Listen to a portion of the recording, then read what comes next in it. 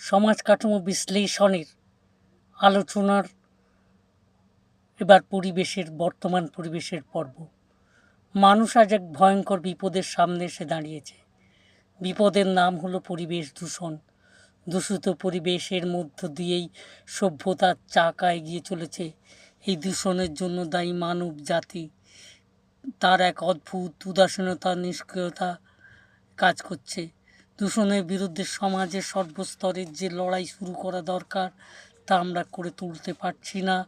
সুন্দর পৃথিবীর ছবি ক্রমশ বিবর্ণ হচ্ছে।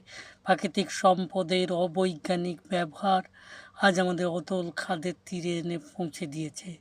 পরিবেশ বাঁচাতে আমাদের লড়াইয়ের মূল হাতিয়ার মানুষের সচেতনতা বৃদ্ধি করা। তাই আমরা মানুষের সচেতনতা বৃদ্ধির জন্যই চেষ্টা করব ভয়ঙ্কর দূষণের শিকার এই সমগ্র মানব জাতিকে বাঁচাতে।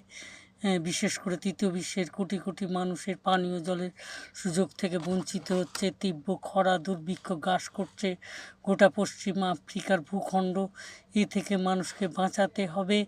এই জন্য আমরা চলুন পৃথিবীতে আমরা এক আন্দোলন গড়ে তুলি।